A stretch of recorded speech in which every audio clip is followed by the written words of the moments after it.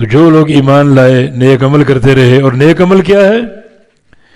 نیک عمل میں دو بنیادیں ہیں، ایک اخلاص کی حفاظت، دوسرا رسول اللہ صلی اللہ علیہ وسلم کے طریقے اور آپ کی سنت کی مطابقت۔ جو عمل اخلاص کی بنیاد پر ہوگا وہ اللہ قبول کر لے گا۔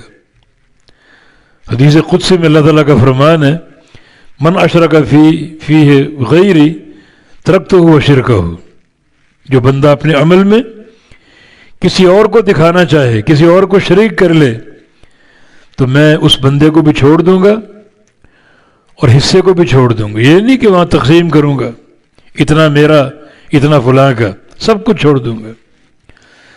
تو عمل صالح کا ایک معنی اخلاص نیت، ریاکاری سے بچنا، اور دوسرا معنی نبی علیہ السلام کی سنت کی مطابقت، عمل کا مطابق ہونا پیغمبر علیہ السلام کے طریقے کے۔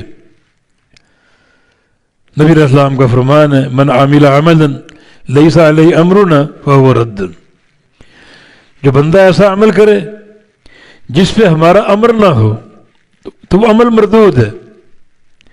عمل مقبول کیا ہے؟ وہ عمل جس پہ ہمارا طریقہ، ہمارا امر موجود ہو، ہمارا ٹھپا ہو، ہماری مہر لگی ہو، تب وہ عمل صالح بنے گا۔ اور عمل صالح ہی مطلوب، صرف عمل مطلوب نہیں ہے، عمل صالح۔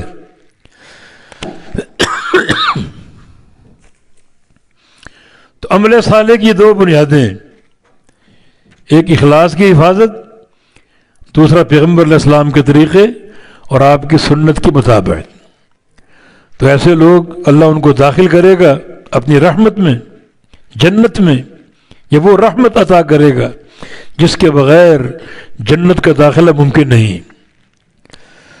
ذالک الفوز المبین، یہی ایک بڑی واضح اور کھلم کھلی کامیابی،